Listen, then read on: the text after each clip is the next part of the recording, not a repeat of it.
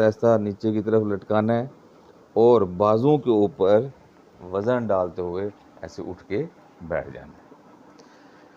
ऐसे उठ के बैठ गए बेड के ऊपर। ये जब भी आपने बिस्तर से उठना है, यही आपका तरीकाकार होना चाहिए उठने का।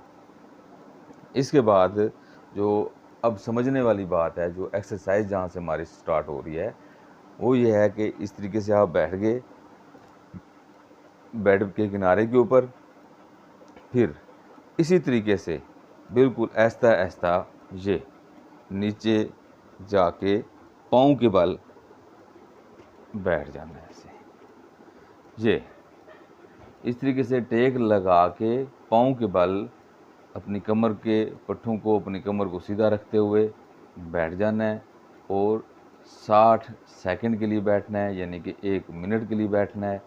अगर इस दौरान कुछ लोगों को जिनको मसला है कमर के दर्द का ऑलरेडी